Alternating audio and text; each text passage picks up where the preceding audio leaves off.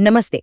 CTET 2026 के maths paper को लेकर एक बिल्कुल नया नजरिया देखते हैं। इस पूरे विश्लेषण में हम उस स्ट्रैटेजी पर बात करेंगे जो स्कोर को पूरी तरह से बदल सकती है।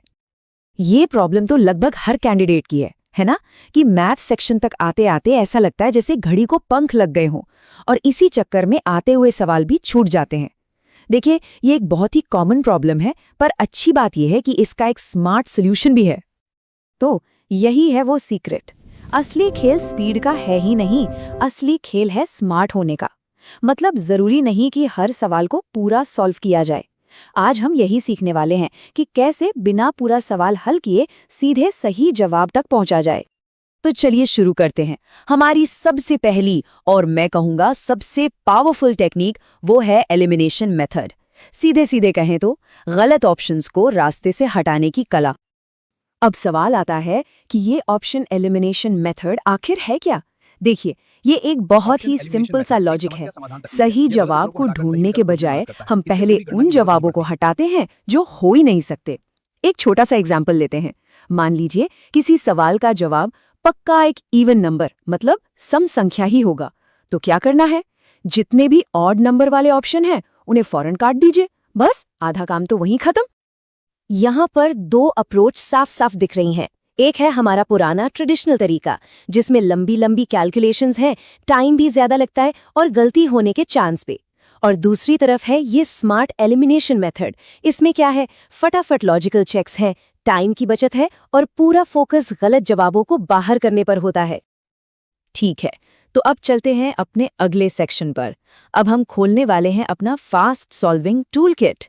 इसमें कुछ ऐसी कमाल की टेक्निक्स हैं जो एग्जाम में स्पीड और एक्यूरेसी दोनों को कई गुना बढ़ा देंगी।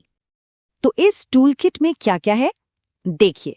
इसमें है स्मार्ट कैलकुलेशन ट्रिक्स, अप्रॉक्सीमेशन यानी अंदाजा लगाने की टेक्निक, यूनिट डिजिट ट्रिक जो बहुत काम आती है, और हाँ, रेशियो और परसेंटेज के वो शॉर्टकट्स जो सवाल को देखते ही सॉल्व करवा दें।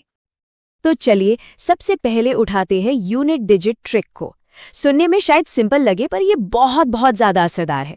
इसका फंडा यह है कि पूरी कैलकुलेशन करने की जरूरत ही नहीं है, सिर्फ नंबर्स के आखिरी डिजिट यानी इकाई अंक पर फोकस करना है। अच्छा, तो इसे इस्तेमाल कैसे करें? मान लीजिए एक सवाल है, 347 को 129 से मल्टीप्लाई करना है। अब पूरा गुणा करने बैठेंगे तो टाइम जाएगा। स्मार्ट तरीका क्या है? सिर्फ आखिरी डिजिट्स को पकड़िए। यहाँ है 7 और 9। 7 को 9 से गुणा किया तो आया 63, मतलब जवाब का आखिरी अंक 3 ही होगा। अब बस ऑप्शंस में जाइए और जिस भी ऑप्शन का आखिरी अंक 3 नहीं है उसे हटा दीजिए। है ना कमाल का तरीका? हमारी अगली ट्रिक है अप्रॉक्सीमेशन। ये तब काम आती है जब सवाल में बहुत ही अजीब और मुश्किल से नंबर दिए हों। इसमें हम क्या करते हैं, उन मुश्किल नंबर्स को आसान नंबर्स में बदल लेते हैं ताकि एक मोटा मोटा अंदाजा लग जाए कि जवाब किसके आसपास होगा। इसका तरीका भी बहुत सीधा है। जैसे मान लीजिए सवाल आ गया कि 497 को 19 से डिवाइड करो। अब ये नंबर देखकर घबराना बिल्कुल नहीं है।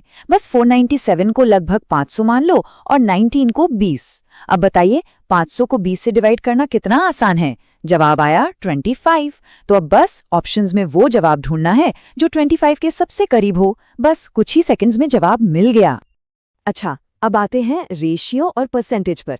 सीटेट में ये सवाल खूब पूछे जाते हैं और इनके शॉर्टकट्स पता हो तो समझिए सोने पे सुहागा। जैसे बस इतना याद रखना कि 25% का मतलब होता है 1/4 या 20% का मतलब है 1/5। ये छोटी छोटी बातें हैं पर ये मुश्किल से मुश्किल सवाल को एकदम हलवा बना देती हैं। तो ये तो हो गई कुछ जबरदस्त कैलकुलेशन ट्रिक्स, लेकिन एक बात समझनी होगी, ये सारी ट्रिक्स तभी काम आएंगी जब असली मैदान में यानी एग्जाम हॉल के अंदर दिमाग शांत हो और टाइम कंट्रोल में। तो अब हम बात करेंगे उस चीज की जो इन ट्रिक्स से भी ज्यादा जरूरी है, टाइम और माइंडसेट मैनेजमेंट। ये नंबर देखिए, 60। इसका क्या मतलब है? इसका मतलब है 60 सेकंड। मैथ्स के हर सवाल के लिए ऑन एन एवरेज बस इतना ही टाइम होता है। इस टारगेट को अगर दिमाग में सेट कर लिया तो पेस अपने आप बना रहेगा। तो सवाल यह है कि इस माइंडसेट को ट्रेन कैसे किया जाए। कुछ गोल्डन रूल्स हैं। पहला, किसी एक सवाल से इमोशनल अटैचमेंट नहीं रखना है। अगर वो मुश्किल है तो उसे मार्क करो और आगे बढ़ो। दूसरा, सवाल और ऑप्शंस को ध्यान से पढ़ना है, जल्दबाजी बिल्कुल नहीं। कई बार जवाब वहीं छिपा होता है। तीसरा और सबसे जरूरी, शांत रहना है। पैनिक में ना 2 और 2 भी 5 लगने लगता है। और आखिर में जो स्मार्ट टेक्निक सीखी हैं उन पर पूरा भरोसा रखना है, वो सच में काम करती हैं। और हाँ, एक आखिरी हथियार, जब लगे कि कोई भी ट्रिक काम नहीं कर रही, तब आती है लॉजिकल गेसिंग। ध्यान रहे, ये अंधी तुक्काबाजी नहीं है, ये है एक एजुकेटेड गेस। मतलब एलिमिनेशन का इस्तेमाल करके कम से कम 2 गलत ऑप्शंस को हटा दो और फिर बचे हुए 2 में से एक को चुनो। इससे सही होने के चांसेस सीधे सीधे डबल हो जाते हैं।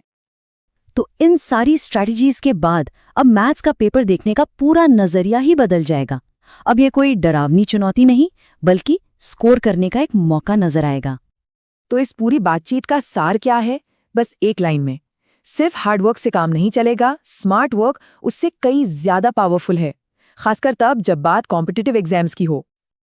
ये बात बिल्कुल सही है। इन स्ट्रैटेजीज के साथ मैथ्स का पेपर अब डर का दूसरा नाम नहीं है, बल्कि ये एक पजल जैसा है और इसे सॉल्व करने के सारे टूल्स अब सबके पास हैं। तो अब सिर्फ सवाल सॉल्व नहीं करने हैं, अब पेपर को डिकोड करना है। तो इस नए कॉन्फिडेंस के साथ सीटेट 2026 को फेस करने के लिए तैयार हो